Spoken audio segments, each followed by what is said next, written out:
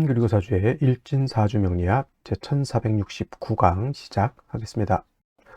오늘은 양력으로 2022년 11월 14일이고요. 음력으로는 2022년 10월 21일입니다. 오늘 주어지는 명식 이민년 신해월 신미일이 되겠고요. 일진 신미가 되겠습니다. 자, 오늘 살펴볼 사주 명식 일간은 신금일간이 되겠고, 신금일간이 태어난 월령 해월이 되겠습니다. 자, 해월에 신금일간이 태어나게 되면 사주를 어떻게 배합하는 것인지 알아보도록 할 것인데요. 제일 먼저 일간이 제일 중요합니다. 일간 신이라고 하는 천간이 될 것이고, 어저께 경금과 마찬가지로 신이라고 하는 천간 오행으로 보게 되면 금의 기운을 가지고 있죠.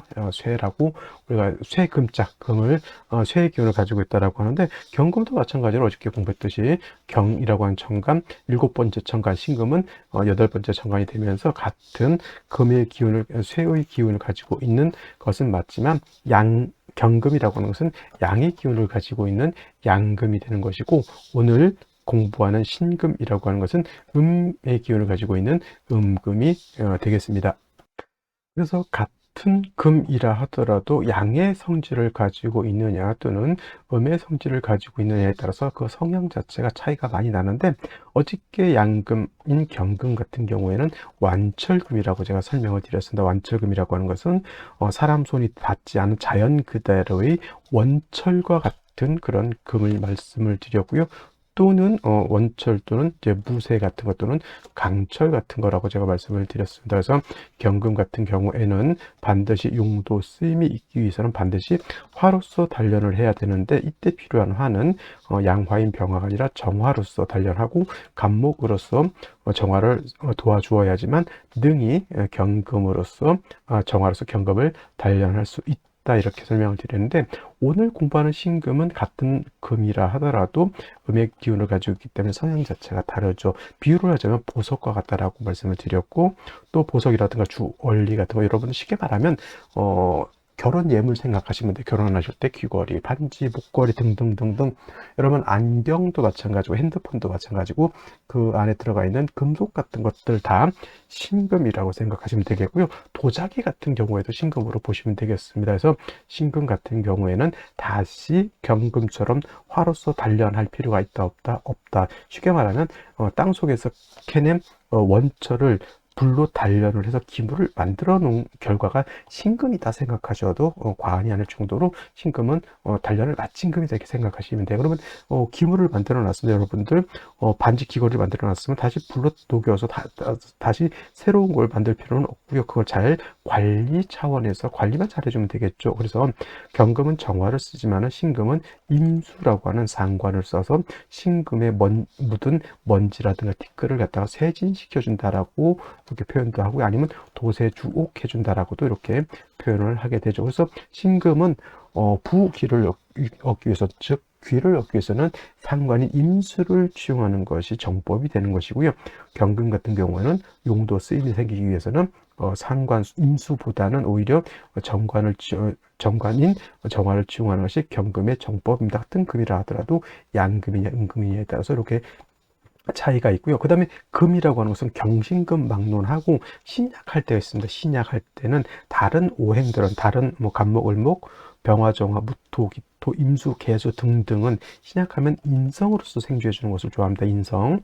근데 유독 경금 또는 신금만큼은 신약할 때는 인성보다는 비경겁제로서, 비경겁제라고 하는 것은 금의 입장에서는 같은 금으로서 생주해 준다라고 하는 것이죠. 그래서 지지로 신유금으로서 뿌리를 만들어 주거나 또는 천간으로 경신금이 있어서 약한 일간을 도와주는 것이 필요한데, 가장 좋은 거는 지지에서 신유금의 경금 또는 신금이 뿌리를 얻는 것이 가장 좋은 것이고, 무토, 기토, 진수, 중미, 토들을 많이 보는 경우에는 특히나 경금도 마찬가지겠고 신금도 마찬가지겠고, 심하면 토다매금이 되죠. 토다매금이 되는 것을 겁나게 억수를 싫어하고요. 경하면 오금, 더럽혀지겠죠. 신금은 더럽혀지는 것을 무지무지하게 싫어합니다. 땅속에 묻혀지는 것과 하고, 여러분들 깨끗한 반지를 갖다가 진흙 묻히는 거하고 똑같거든요. 그래서 신금 같은 경우도 마찬가지겠지만 무토, 기토, 진술축 미토들이 잠난해서 많아지는 경우에는 반드시 간목을 대동해서 그 토를 갖다가 제거시켜 주는 것이 필요한 일간 신금이 되겠습니다. 자, 다음으로 신금 일간이 태어난 월령 해월에 대해서 알아보도록 하겠습니다. 신금 일간이 태어난 월령 해월이 되겠습니다. 해월은 입동이 되면서부터 해월이 되죠. 술월에서 해월로 넘어올 때는 입동이 되어야 되고요. 그 다음에 입동과 소설이라고 하는 절기로 구분이 되어 있습니다. 해월 일단 계절은 겨울이 되는 것이고요. 엄동설 한의 혹한이 있는 그런 계절입니다. 해월만 추운 것이 아니고 해자, 축, 월이 모두 겨울에 해당이 되죠. 자, 축, 월이 모두 동절기가 되면서 방향은 북방이 될 것이고요. 그 다음에 수가왕은 수왕절이다. 그래서 해월은 수의 임관지가 되는 것이고, 그 다음에 자월은 수의 제왕지가 되는 것이니 수가 굉장히 왕합니다. 월령을 특해서. 자, 해자 축월에 수가 왕하다라고 하는 뜻은 그냥 물이 많다 이렇게 생각하지 마시고요. 말씀드렸던 것처럼 춥다, 어떻게 춥다, 남극 대륙처럼 춥다라고 생각을 하셔야 된다. 영하 20, 30도는 껐떡할 것도 아니고요. 영하 40도, 50도까지 떨어져가지고 거기 남극 대륙에 세종기지에 있는 사람들께 생활하는 거 보면 오줌을 누면 바로 얼고요. 물을 갖다 마시려고 커피 뜨거운 걸 따르면 바로 얼어버리는 그 정도의 혹한의 환경이 바로 해자축월이다라고 생각해 주셔야지만 해자축월에 뭘 볼 수 있다, 사주를 이해할 수 있다 라고 하는 것. 그래서 해월, 자월, 축월 같은 경우는 조후의 개념이 매우 중요합니다. 원래 조후는 어느 때 필요하냐면 여름하고 겨울이 조후가 가장 절실하죠. 여름은 너무 뜨거워서 그렇고요. 그 다음에 겨울은 너무 춥죠. 근데 봄은 따뜻하니까 그렇게 조후가 그렇게 완전 필요한 건 아니고 가을도 선선하니 좋습니다. 그래서 조후라고 하는 개념은 여름과 겨울에 매우 절실하게 느껴지는 것인데, 특히나 이제 해자 축월 같은 경우는 추워서 난방이 필요한 거고, 4, 5, 멸 여름에는 더워서 냉방이 필요한 것이다. 그래서 해자 축월에는 화가 필요한데 조로 쓰는 것은 병화를 얻어야만 한다라고 하는 것 꼭 명심해 두시고요. 또 해월은 수가 왕한 수왕절이 되지만 금이라고 하는 것이 이렇게 해월에 태어나게 되면 해월은 금의 절지가 되죠.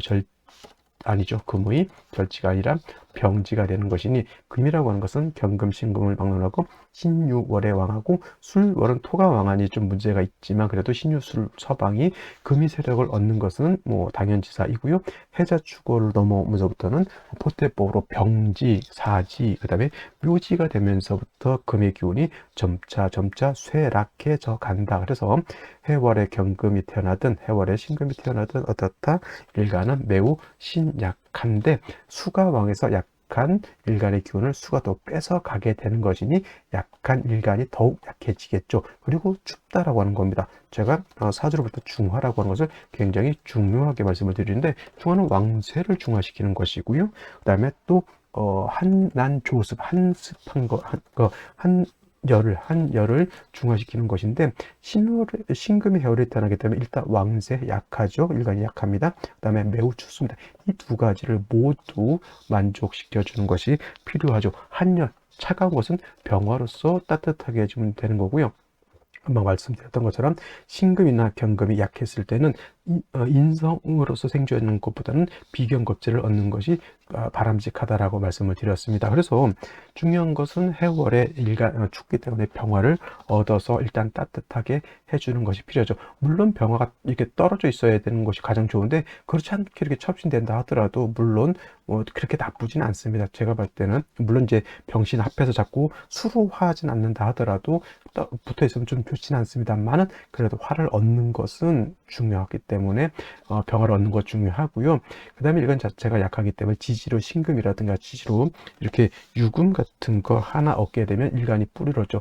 왜 무토기토 진술축 미토를 싫어하냐면, 신금 자체가 심하면 매금이 되고 오금 더럽혀지기 때문에 금으로서 맑고 깨끗함을 유지하는 것이 좋습니다. 그래서 해월의 신금이라고 하는 것, 일단 병화를 얻어야 되고요. 그 다음에 일간의 뿌리를 얻어야 된다. 신금, 유금이 중요하고, 병화만 가지고 조우가 좀 부족하기 때문에 또 다시 간목이라고 하는 것이 있다라고 하면, 간목이 병화를 생주해 줄 수 있기 때문에 병화가 능히 조우를 할 수 있다. 선생님, 병화 말고 정화는 안 되겠습니까? 정화도 부득이하게 필요하다라고 하면, 병화가 없다라고 하면 정화를 쓸 수 있겠지만, 병화와 달리 정화는 일간에 첩신되는 것은 결코 바람직하지 않고요. 만약에 정화를 쓴다면 지지의 오화 등을 차라리 쓰는 것이 좋고, 일간 신금 옆에 정화가 붙어 있는 것은 좋지 못하다. 가장 중요한 건 병화가 투출되는 것이고, 그렇지 않으면 사화를 보는 것도 나쁘지 않은데, 사에 충이 되지 않도록 조심해야 된다라고 하는 것도 기억해 두셨으면 좋겠습니다. 그래서 다시 한번 정리를 해 보게 되면은, 자, 신금이 해월에 태어나게 되면 일간 자체가 약하기 때문에 약한 일간의 뿌리를 만들어 주는 거 중요하고요. 그 다음에 병화를 얻어서 따뜻하게 조우하는 거 필요한데, 병화 자체가 해월의 약함으로 간목을 얻어서 정제가 되겠죠, 신금 입장에서. 그래서 간목으로서 병화를 생주해 준다라고 하면 사주 자체가 원활하게 잘 짜여진 중화를 잘 이룬 사주가 될 것이고, 중화를 이렇게 잘 이룬 사주가 어떤 사주? 상상지명이라고 하죠. 부기를 대부기할 그런 사주가 된다 정도 이렇게 기억해 두시고요. 오늘의 명식 살펴보도록 하겠습니다.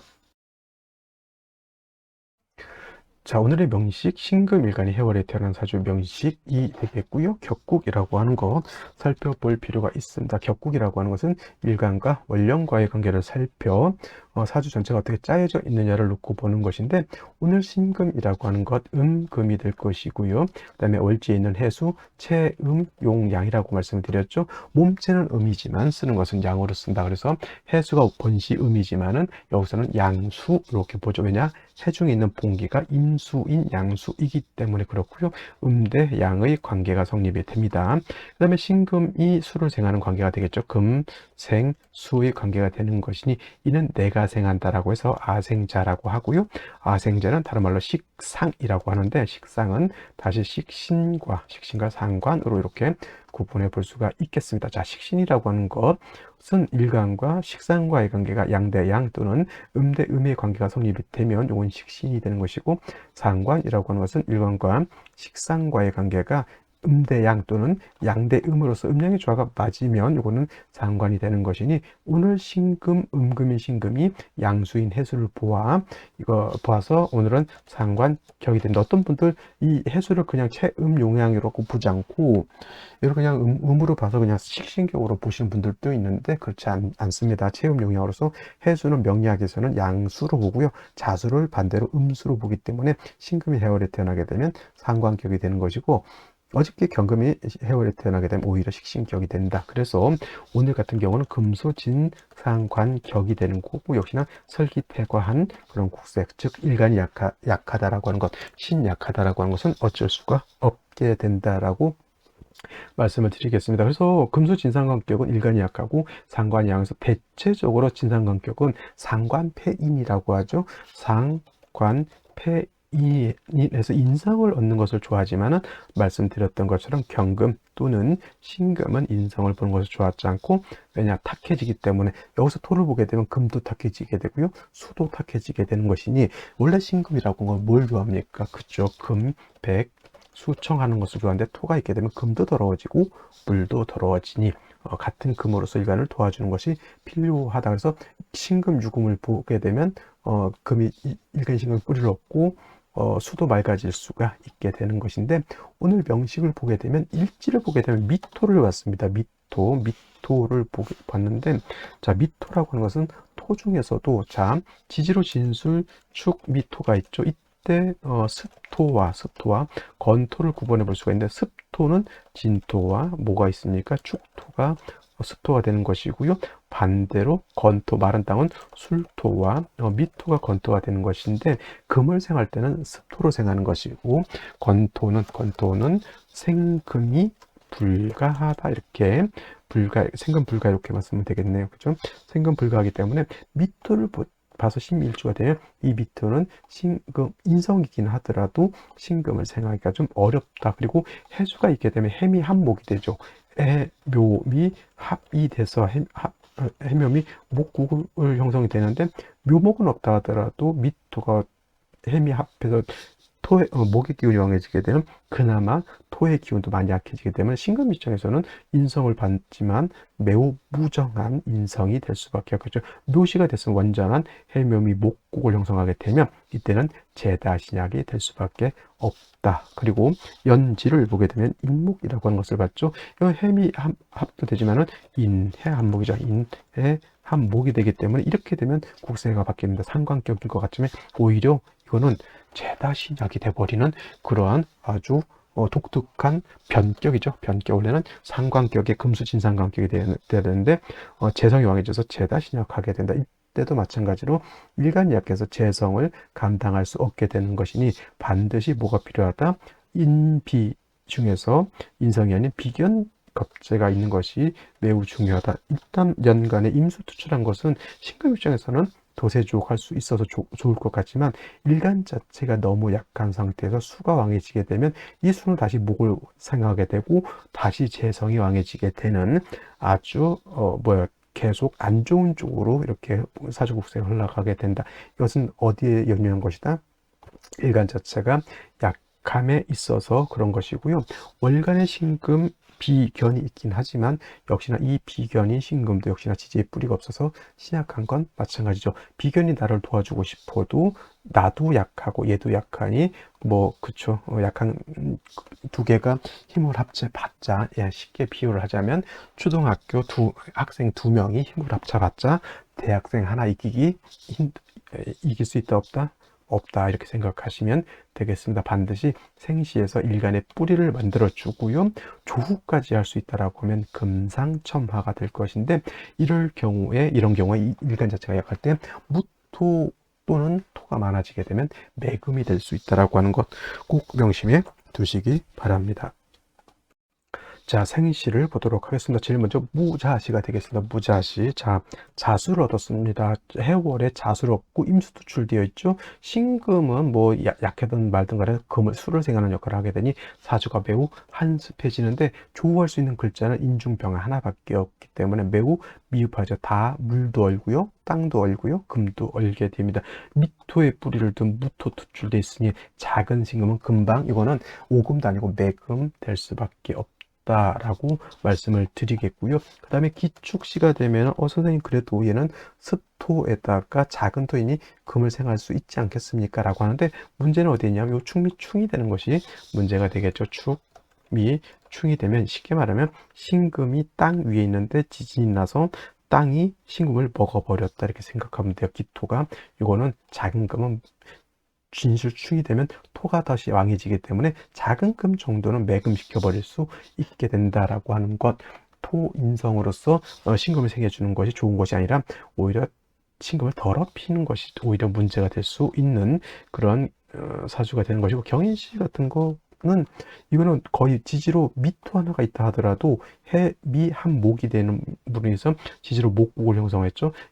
경금, 신금 2개가 천간에 나란히 3개가 있다 하더라도 이거 금이 왕하다라고 보면 된다 안 된다?